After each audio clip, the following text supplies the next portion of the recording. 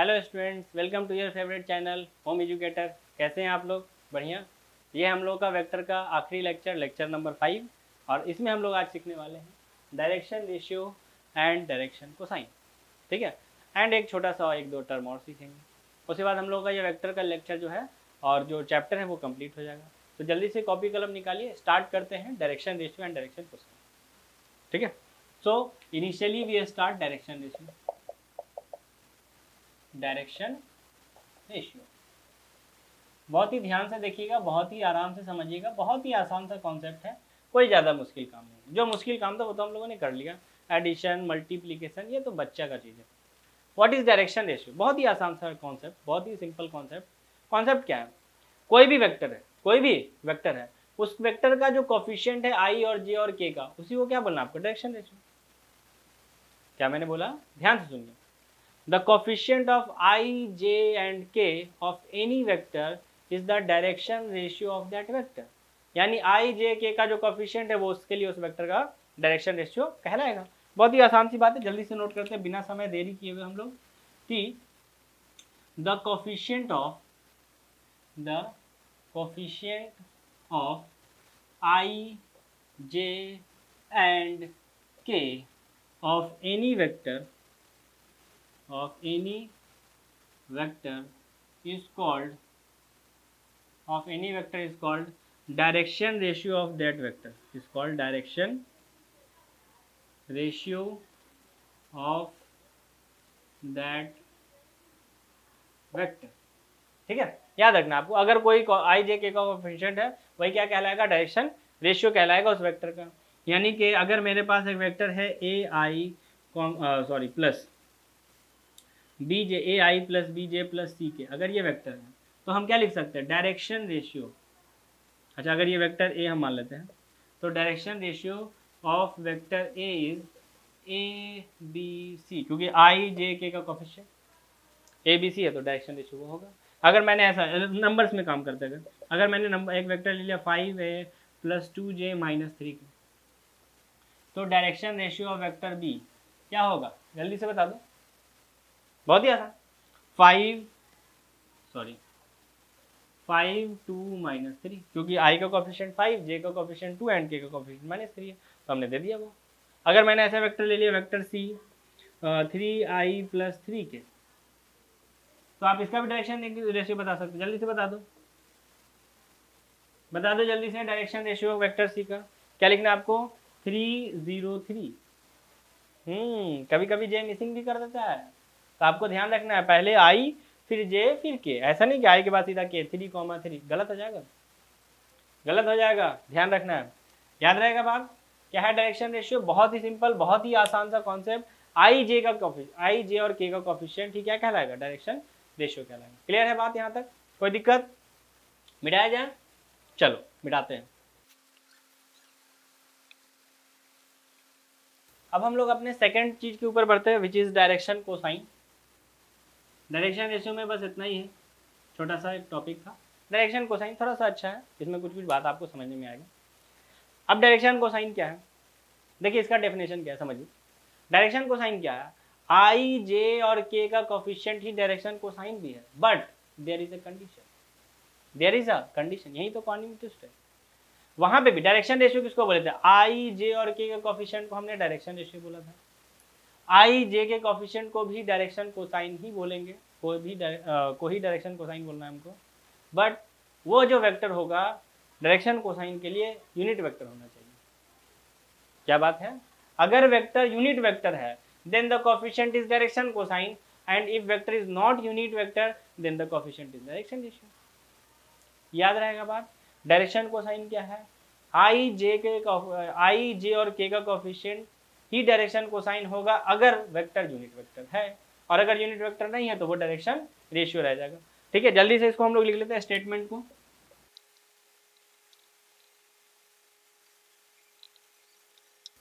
Note कर लीजिए, direction the coefficient of I J and K is called direction cosine if vector is unit vector.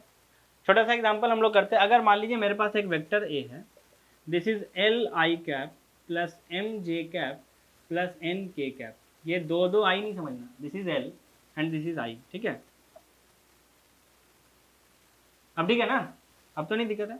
L I plus M J plus N K, and हम ये मान के चल रहे हैं दिस इज नॉट वेक्टर है, दिस इज ए कैप, मतलब ये यूनिट वेक्टर है। इसका मतलब क्या, L M N direction cosine है, यानी हम लिख सकते हैं DC direction cosine of vector A is L M N, L M और एन। क्लियर है बात। अब देखिए यहाँ पे और कुछ फार्मूलाज भी हैं। अगर ये यूनिट वेक्टर है, अगर ये यूनिट वेक्टर है तो इसका मतलब इसका मैग्नीट्यूड 1 होगा, और मैग्नीट्यूड 1 है इसका मतलब क्या लिख सकते हैं, root under L square plus M square plus N square, यानी आई में जो गुना उसका स्क्वायर, जे में जो गुना उसका स्क्वायर एंड के में जो गुना उसका स्क्वायर। ये क्या होना चाहिए 1, स्क्वायरिंग करते ही रूट हट जाएगा एंड 1 में कोई फर्क नहीं पड़ने वाला है। तो अपने पास एक फॉर्मूला निकल के आ रहा है, एल का स्क्वायर प्लस एम का स्क्वायर प्लस एन का स्क्वायर बराबर 1। याद रखना है आपको मरते दम तक ये फॉर्मूला, ठीक है, याद रहेगा, नोट कर लो जल्दी से। एक क्वेश्चन करते हैं हम लोग डायरेक्शन कोसाइन के ऊपर, and the question is, question जो है वो ऐसा है, ये क्वेश्चन है आपके पास जिसको आपको सॉल्व करना है। यहाँ पे हम लोगों को डायरेक्शन कोसाइन दिया गया है, अल्फा का वैल्यू पूछ रहा है, जल्दी सॉल्व करिए, स्क्रीन को पॉज करिए, जल्दी से सॉल्व करिए। कर लिया सॉल्व, चलो देखते हैं सॉल्यूशन है क्या इसका।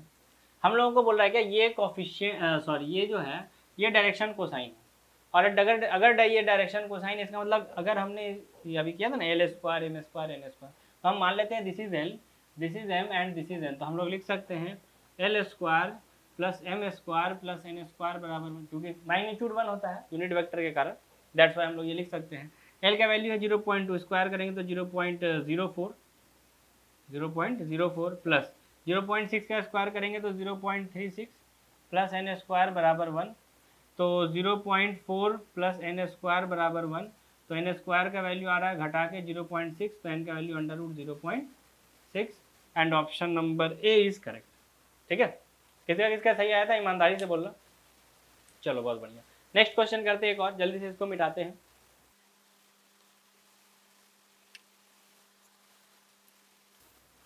एक और क्वेश्चन करते हैं हम लोग, ठीक है, देखिए क्या है, या चलिए क्वेश्चन क्या करना, थोड़ा सा अगले आइडिया की तरफ मूव करते हैं।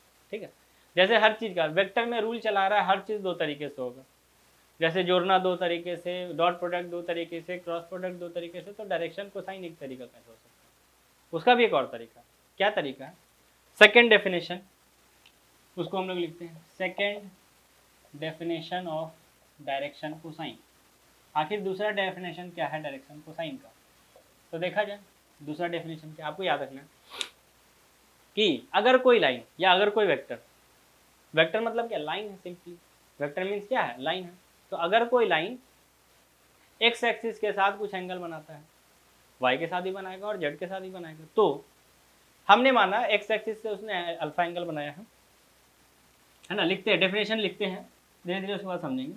एनी लाइन या एनी वेक्टर, ऐसा लिखते हैं, इफ ए वेक्टर, अगर कोई वेक्टर है जो बनाता है, क्या बनाता है, मेक्स एन एंगल, एंगल बनाता है, क्या बनाता है, एंगल बनाता है, alpha with X axis, alpha with X axis, X axis के साथ उसने एंगल बनाया which is alpha, comma, beta with Y axis, beta with Y axis, Y axis के साथ beta, and gamma with Z axis, Z axis के साथ gamma.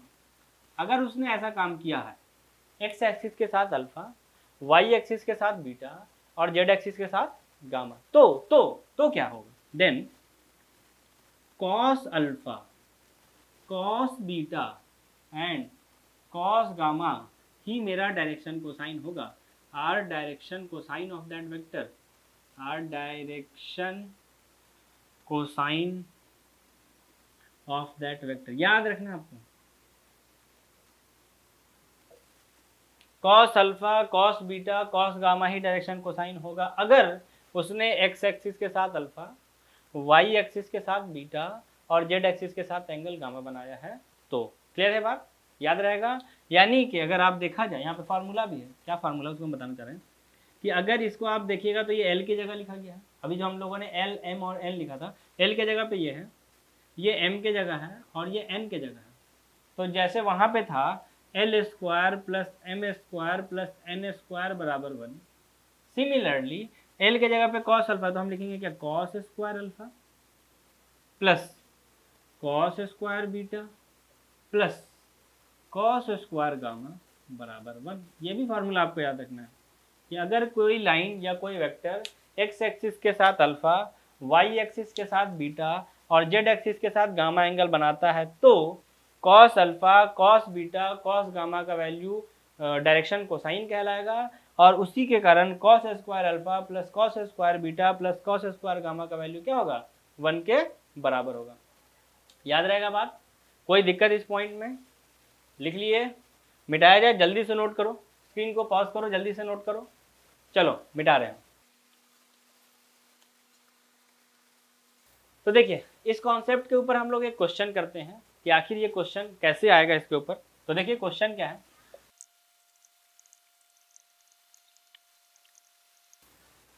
ये question है एंड इसके लिए आपके पास यहाँ पे 4 ऑप्शन भी है। ट्राई कीजिए, अटेम्प्ट लीजिए, देखिए क्या आपका आ रहा है। कर लिया ट्राई? कर लिया? चलो देखते हैं हम लोग। देखिए करना क्या है, अगर ये वेक्टर है और हमको एक्स एक्सिस, वाई एक्सिस और जेड एक्सिस एंगल किसी भी एक्सिस से वो पूछ सकता है, हम तो तीनों से बताते हैं। हम लोग एक क्वेश्चन और भी करेंगे किसी पर्टिकुलर एक्सिस से निकालने का, बट अभी तीनों से निकाल लेते हैं, ठीक है। किसी से भी पूछ सकता है, तो अगर वो किसी पर्टिकुलर एक्सिस से या तीनों एक्सिस से एंगल पूछता है तो मेरे दिमाग में डायरेक्शन कोसाइन आना चाहिए, क्योंकि डायरेक्शन कोसाइन के डेफिनेशन में वो तीनों एंगल का जिक्र किया गया है। तो हमने बोला अच्छा बाबू ऐसा करते तो डायरेक्शन कोसाइन पता करते हैं, तो क्या 1/√2 इज डायरेक्शन कोसाइन? ऐसे कैसे हो सकता है? अरे भाई डायरेक्शन कोसाइन कब होगा, जब वेक्टर यूनिट वेक्टर, क्या ये यूनिट वेक्टर है? क्या ये यूनिट वेक्टर है? नहीं। तो अगर ये यूनिट वेक्टर नहीं तो डायरेक्शन कोसाइन कैसे हो सकता है? तो हमको पहले इसको यूनिट वेक्टर बनाना पड़ेगा। तो हमने माना लेट वेक्टर ए बराबर आई कैप प्लस जे कैप प्लस √2 के कैप। फिर हमने क्या किया, इसको यूनिट वेक्टर बनाना तो इसके मैग्नीट्यूड से डिवाइड करना पड़ेगा, तो मैग्नीट्यूड निकालना भी पड़ेगा। तो √i में जुगुना उसका स्क्वायर प्लस j में जुगुना उसका स्क्वायर प्लस k में जुगुना उसका स्क्वायर यानी 2 यानी √4 यानी 2। तो अब हम लिख सकते हैं a कैप बराबर vector a divided by vector a का मैग्नीट्यूड। इसका मतलब है कि हम इसको डायरेक्ट लिख देते हैं 1/√2i का, क्योंकि पूरे होल डिवाइड में √2 तो सेपरेट तो कर ही सकते हैं ना। तो 1/√2 प्लस सॉरी 1/√2 नहीं, 2 ना है, मैग्नीट्यूड 2 है, प्लस 1/2 जे कैप एंड √2/2 यानी 1/√2 के कैप। ये मेरा आ गया यूनिट वेक्टर। अगर ये यूनिट वेक्टर का मतलब अब ये मेरा डायरेक्शन कोसाइन होगा, अब ये मेरा डायरेक्शन कोसाइन होगा, यानी हम लिख सकते हैं DC बराबर डायरेक्शन कोसाइन 1/2 1/2 एंड 1/√2। और अगर ये डायरेक्शन कोसाइन है तो दिस इज कॉस अल्फा यानी एंगल विथ एक्स एक्सिस वाला, ये मेरा cos beta angle with Y axis, and this is my cos gamma angle with Z axis, यानी कॉस अल्फा बराबर 1/2। तो मतलब अल्फा का वैल्यू क्या 60 डिग्री। उसी तरीके से कॉस बीटा का वैल्यू भी 1/2 है, तो इसको भी हम लिख सकते हैं बीटा बराबर 60 डिग्री, एंड कॉस गामा का वैल्यू 1/√2 है, इसका मतलब हम लिख सकते हैं गामा का वैल्यू 45 डिग्री। तो option number 60-60-45 60-60-45 B option correct, B option correct. ईमानदारी से बोलिए किसका किसका सही हुआ था। चलो बहुत बढ़िया, नोट कर लो, इसको नोट कर लो जल्दी से। तो देखिए एक और क्वेश्चन अब हम लोग करते हैं कॉन्सेप्ट के ऊपर। क्या है,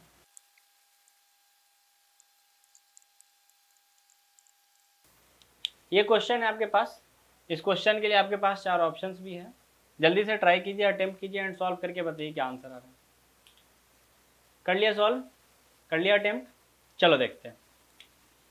अभी हम लोगों ने सीखा था पिछले क्वेश्चन में किसी भी एक्सिस से अगर वो हमसे एंगल पूछता है तो बता सकते हैं। यहाँ पे तो बहुत ही आसान है, सिर्फ एक्स एक्सिस से पूछा गया। कौन सा बड़ा बात है, कोई बड़ा बात नहीं, बहुत ही बच्चा बात। आप एक काम करिए, मान लीजिए ये वेक्टर ए है, this is 3i cap plus 4j cap minus 5k cap. अगर हमको किसी भी एक्सिस से एंगल निकालना, पहले इसका यूनिट वेक्टर में कन्वर्ट होना जरूरी है।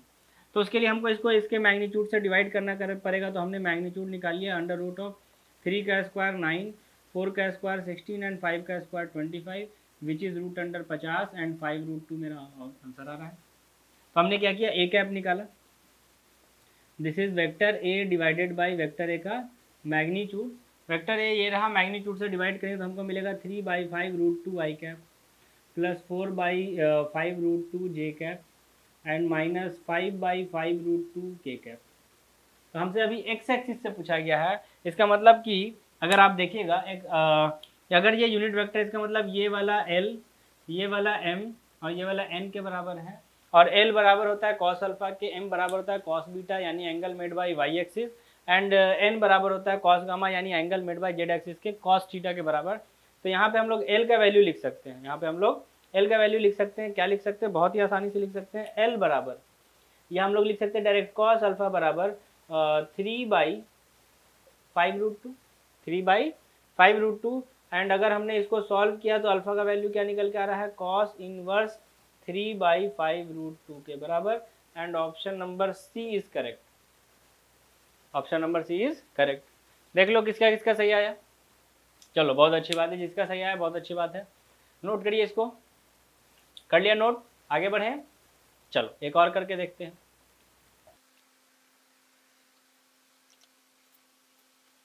चलिए एक और क्वेश्चन करके देखते हैं हम लोग इसी कॉन्सेप्ट के ऊपर कि वो क्या है।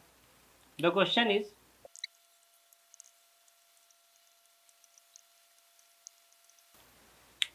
ये क्वेश्चन है एंड इसके लिए भी आपके पास 4 ऑप्शंस हैं।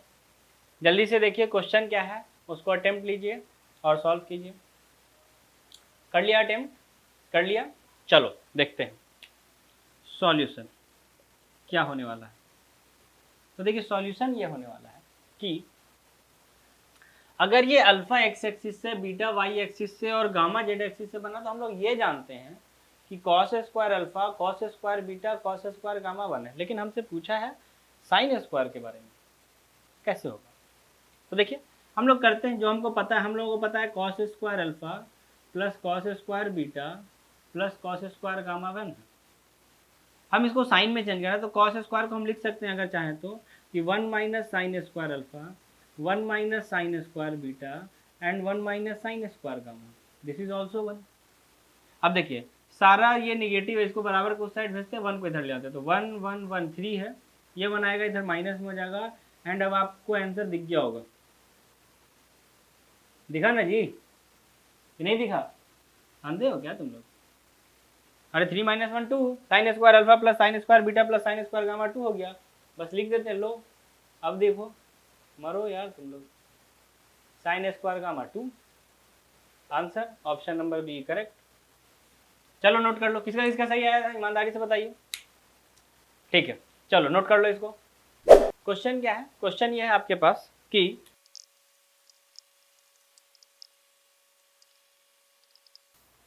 ये एक क्वेश्चन है, इसके लिए भी आपके पास 4 ऑप्शन है। जल्दी से इसको पढ़िए, क्वेश्चन को पढ़िए, क्वेश्चन को अटेम्प्ट लीजिए, आंसर निकालिए। कर लिया अटेम्प्ट, कर लिया, चलो देखते हैं किसका किसका सही आ रहा है। देखिए ये एक अलग वेराइटी है, इसमें क्या हम लोगों को कोई 2 एंगल दे दिया है, जैसे अभी एक्स एक्सिस से और वाई एक्सिस से दे दिया, जेड एक्सिस का पूछ रहा है, वो किसी भी 2 का आपको दे सकता है एंड तीसरा वाला पूछ सकता है। तो इसके लिए हम लोग को क्या करना है, हम लोग बहुत ही आसान काम करना है। हम लोग जान रहे हैं अल्फा का वैल्यू दिया गया है 30 डिग्री एंड बीटा का वैल्यू दिया गया 60 डिग्री, हम लोग को गामा का वैल्यू पूछा जा रहा है कि आखिर वो कितना है। तो हम लोग जो रूल जानते हैं, हम लोग क्या जानते हैं, अब तो दो जान गए हैं, cos square alpha plus cos square beta plus cos square gamma 1, और अगर साइन स्क्वायर के लिए करना हो, sine square alpha plus sine square beta plus sign square gamma 2, आप किसी से भी कर सकते हो, हम लोग कॉस वाले से करते हैं। तो cos square alpha plus cos square beta plus cos square gamma 1 है। अच्छा अल्फा का वैल्यू 30 डिग्री है तो डाल दिया जाए, कॉस 30 का वैल्यू √3/2 स्क्वायर करेंगे तो क्या 3/4, फिर कॉस बीटा यानी 60 डिग्री, 60 डिग्री का वैल्यू 1/2 स्क्वायर करेंगे तो again 1/4 and cos square gamma बराबर, इसको ऐड कर सकते हैं एलसीएम लेके, तो ये आप आ जाएगा 4 एलसीएम, 3 + 1 4, मतलब ये 1 प्लस कॉस स्क्वायर गामा भी 1, ये 1 से 1 कट गया, तो मेरे पास आ रहा है कॉस स्क्वायर गामा का वैल्यू 0, तो गामा का value 90 degree and option number D is correct, option number D is correct. हो गया, नोट कर लो जल्दी से। So now we are moving to our next concept and the last concept of the vector is projection of vector. Projection of vector, vector का projection हम लोगों को पता करना है कि क्या होता है, क्या उसके बारे में फिर हम लोग जो कैलकुलेशन है उसको समझेंगे, जो क्वेश्चन है उसको भी बना के हम लोग कंप्लीट करेंगे। प्रोजेक्शन का मतलब क्या होता है, देखिए प्रोजेक्शन का मतलब क्या, मान लीजिए मेरे पास दो वेक्टर हैं, ये मेरा पहला वेक्टर वेक्टर ए है एंड ये मेरा दूसरा वेक्टर है वेक्टर बी। ठीक है, इस तरीके से दो वेक्टर है। अब हमको अगर बी का प्रोजेक्शन ए पे निकालना हो या ए का प्रोजेक्शन बी पे निकालना हो, उसके लिए मतलब क्या है, अगर हमको ए पे प्रोजेक्शन पता करना तो हम क्या करेंगे, लाइट रे लेंगे विच इज परपेंडिकुलर टू ए। क्या करना है हमको, लाइट रे लेना है विच इज परपेंडिकुलर टू ए, तो हमने ले लिया लाइट रे।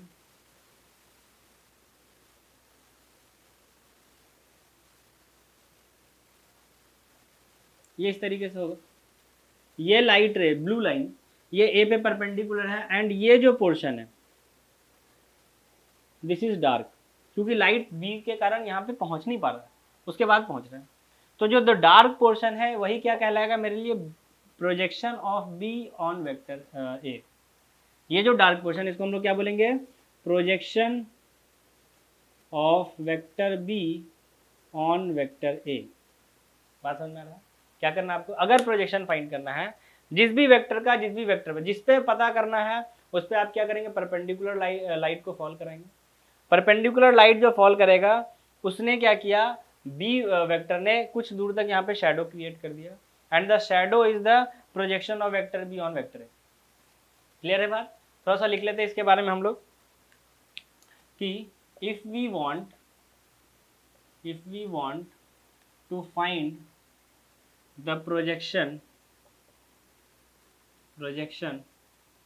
Of vector B on vector A then we fall, तो हम लोग क्या कराते हैं, फॉल कराते हैं light perpendicular to vector A, क्योंकि हमको ए पे पता करना है इसलिए perpendicular to vector A and the portion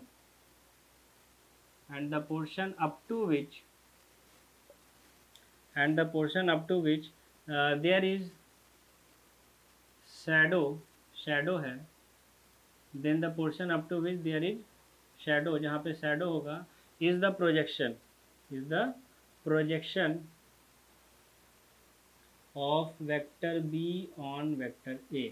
अगर हमको a पे पता करना है तो हम a के परपेंडिकुलर लाइट फॉल कराएंगे, जितना दूर शैडो होगा वही मेरा प्रोजेक्शन होगा वेक्टर b का वेक्टर a पे। एक बार फिर से क्या बात है, अगर हमको a पे प्रोजेक्शन पता करना है तो हम a के परपेंडिकुलर लाइट लेके आएंगे, वेक्टर b ने वेक्टर a के पास कुछ शैडो क्रिएट कर दिया है, वही शैडो मेरे लिए प्रोजेक्शन होगा वेक्टर b का वेक्टर a पे। याद रहेगा, स्टेटमेंट में भी मैंने लिख दिया है सो दैट आप याद रख सकें। बट आखिर इसका वैल्यू कैसे आएगा, इसका वैल्यू निकालने का एक तरीका हम लोगों ने लेक्चर 1 में ही कर लिया था, रेजोल्यूशन ऑफ वेक्टर। आपको अगर याद हो तो किसी भी वेक्टर को रिजॉल्व किया जा सकता है एंड जिससे एंगल बना रहा है उससे कॉस एंड जिससे नहीं बना रहा उससे साइन। यानी मेरे लिए ये जो प्रोजेक्शन है इसको हम चाहें तो लिख सकते हैं वेक्टर बी का magnitude and cos theta. But the problem is कि हम थीटा नहीं जानते, हमको वेक्टर ए दे देगा क्वेश्चन में और वेक्टर बी दे देगा, वेक्टर के फॉर्म में देगा। और यानी मैग्नीट्यूड तो चलो फिर भी वेक्टर दिया तो हम निकाल सकते हैं कि कोफिशिएंट ऑफ आई का स्क्वायर प्लस जे का स्क्वायर प्लस के का स्क्वायर रूट में लगा देंगे तो हमको वेक्टर बी का मैग्नीट्यूड मिल जाएगा। That is not the big problem, the big problem is कि थीटा वहाँ पे हम लोगों को नहीं दिया होता। तो उसके लिए हम क्या करेंगे, उसके लिए हम लोगों ने एक जुगाड़ लगाया। जुगाड़ क्या है कि हमने क्या किया, बोला कि अच्छा ऐसा है ना, तो वेक्टर ए के मैग्नीट्यूड से ऊपर नीचे डिवाइड कर देते हैं और मल्टीप्लाई भी कर देते हैं, वो भी हम निकाल सकते हैं। बट ये जुगाड़ लगाते ही काम सेट हो गया। अगर आप ऊपर देखिएगा तो ये डॉट प्रोडक्ट लिखा हुआ है, अगर आप ऊपर देखिए तो क्या लिखा हुआ है, ये डॉट प्रोडक्ट, ए का मैग्नीट्यूड बी का मैग्नीट्यूड एंड कॉस थीटा। और ये लिखते ही मेरे लोग को मजा आ गया कि अच्छा ऐसा बात है, तो अगर हमने ए डॉट बी में ए के मैग्नीट्यूड से डिवाइड लगा दिया तो भी क्या मेरा आंसर आ सकता है। एंड ए डॉट बी निकालना मेरे लिए कोई मुश्किल बात नहीं अगर दोनों वेक्टर दिया है, एंड इसका मैग्नीट्यूड निकालना भी कोई मेरे लिए दिक्कत वाली बात नहीं है क्योंकि मेरे को वेक्टर ए भी दिया हुआ है, तो मेरा जो प्रॉब्लम था, मेरा जो दुख था, मेरा जो दर्द था वो खत्म हो गया और आपका भी दुख दर्द खत्म हो गया। नोट करिए जल्दी से इसको। समझ में आया कैसे निकाला गया प्रोजेक्शन? हमको क्या करना था, बी का कॉस थीटा लेना था, बट कॉस थीटा निकालना पॉसिबल नहीं है क्योंकि थीटा नहीं दिया हुआ था। तो हमने उसके लिए क्या किया, वेक्टर ए का मैग्नीट्यूड मल्टीप्लाई डिवाइड दोनों कर दिया। मल्टीप्लाई करते ही ऊपर ये ए डॉट बी बन चुका है, नीचे तो मैग्नीट्यूड ऑफ ए है, एंड इसको हम आराम से कैलकुलेट कर सकते हैं। एक क्वेश्चन करते हैं इसके ऊपर ताकि और क्लैरिटी आ जाए। लिख लिया? मिटा दें? चलो मिटाते हैं। तो देखिए हम लोग एक क्वेश्चन करके देखते हैं प्रोजेक्शन के ऊपर। क्या है वो क्वेश्चन?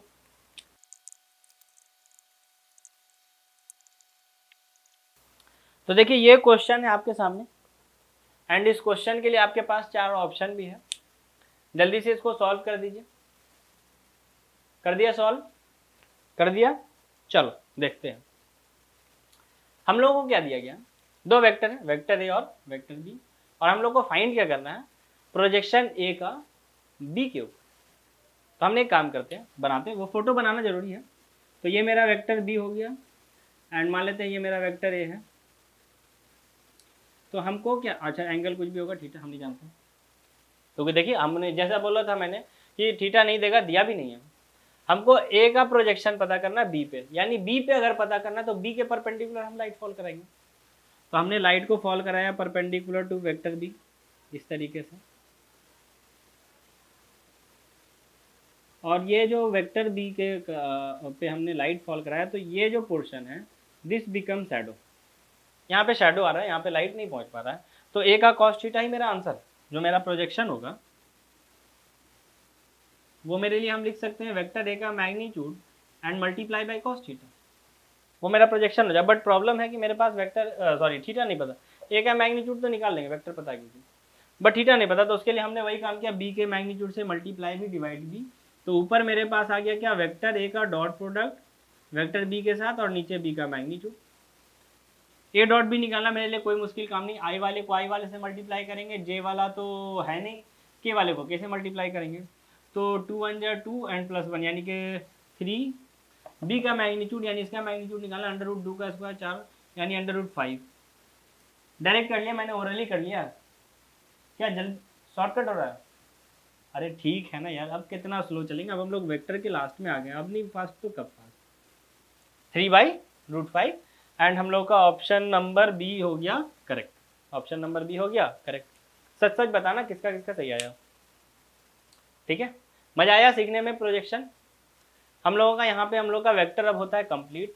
अब हम लोग अगले लेक्चर में मिलेंगे किसी नए चैप्टर के साथ। ठीक है, तब तक के लिए जुड़े रहिए अपने इस फेवरेट चैनल के साथ, होम एजुकेटर के साथ। तब तक के लिए good bye, take care, thank you.